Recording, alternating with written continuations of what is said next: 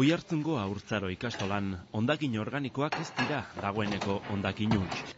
Egunero, jaso eta bereizi egiten dituzte, eta Irungo Kolbik enpresak egiten dituen konpostagailuetako batera botatzen dituzte.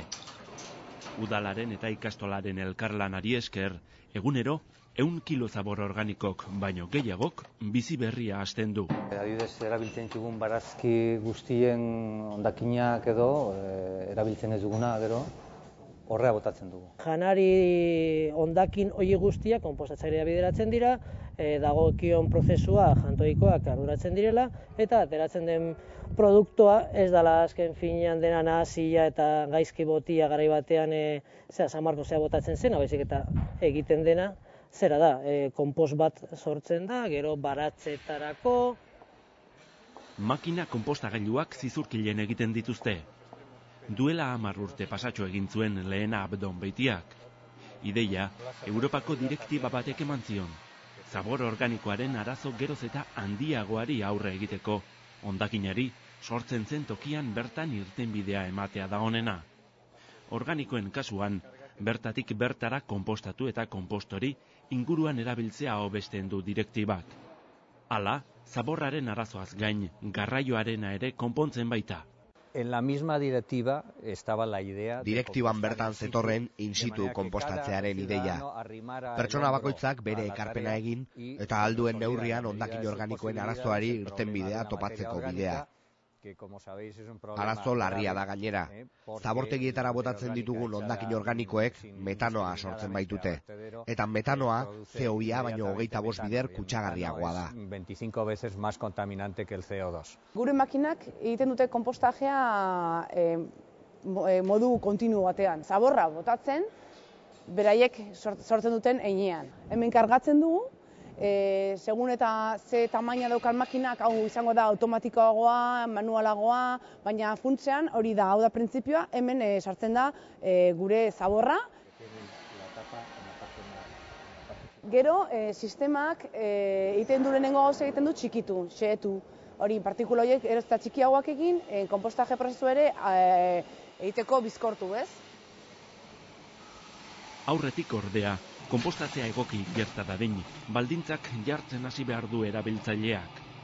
Konpostatzea prozesu natural aerobio bat da, batez ere bakterioek egiten dutena, baina baita onddoek eta beste mikroorganismo batzuek ere. Jatorri vegetaleko hondakinen nitrogenoaz gain, bakterioek energia lortzeko karbonoa beharrezkoa dute, horregatik txirbila. Segurtasun arrazoiak medio, makina ezin da ireki lanean ari den bitartean. Zilindroak erdian daraman ardatzak, palak ditu inguruan, helize gisa. Hortik, konpostagailu birakari izena. Hondakin organikoak xehetzeko, hasierako palak hau zorrotzekoak dira. Erdialdetik aurrera berriz, palen diseinua barruko masa aurrerantz bultzatzeko pentsatua dago. Pala hauek, egunean ordu erdiz baino ez dute lan egiten. Konpostatzea, hondakina bota orduko hasten da. Elementu mekaniko horiek guziak kontrolatzeko mikroprozesagailu edo PLC bat erabiltzen da, ordenagailu bat azkenean.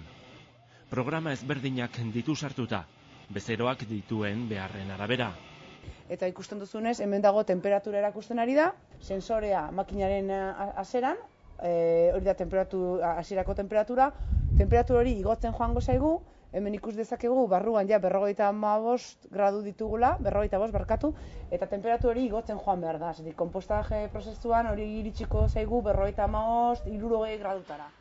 Atea zabaldutakoan temperatura jaitsi eginda, baina masa barruko neurketak konpostatzea ez dela gelditu esaten digu. Ordenagailuak temperaturaz gain beste faktore batzuk ere kontrolatzen ditu, hala nola, hezetasuna eta oksigenoa.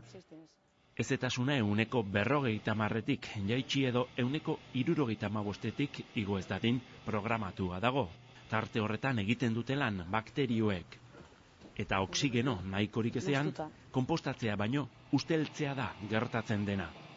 Eta gure makinan egiten duguna da, hasieratikan prozesu guztia dago, helburua da, baldintza guztiek egokiak egitera, hori zenbat eta hoekien eta azkarren egin daiten, eta kontrolatuta beti. Usairik ez egon dedin, aislatzen dugu, kanpoko temperaturak izan dezan influentzia. Hemen hondakina sartzen den toketikan daukagu makinaren hasiera eta prozesuaren hasiera. Hemen oraindik nahastuta daukagu sartu berria izan den hondakina eta lehendik geneukan hondakina ja konpostatuta. Bigarren fase batean temperatura igotzen hasten denean, hemen ja konpostaz hitz egin dezakegu, ja ez dugu ikusten, ja materia hondakina ez da ikusten fizikoki. Bakterioen beraien metabolismoak sortzen du beroa. Hasieran, mesofiloak dira nagusi. 40 gradutik gora, termofiloek egiten dutelan, gehienez ere, 70 gradura arte. Azken zatian, elikagai duten hondakina kontsumitu ahala, bakterioen aktibitatea mantxotu egiten da, eta masa hoztuz doa. Eta ja daukagu konpost bat, azten dela eritzen, maduratzen, eta hemendikan ja irteeran aterako dugu, kasu honetan daukagu kamara bat, eta hemen jasotzen dugu konposta. Hemen bukatzen da makinaren zeregina. Barrenean gertatzen denaren kontrolari esker, naturan hilabeteak beharko lituzkeen prozesua, 4 astean egin du konpostagailu birakariak.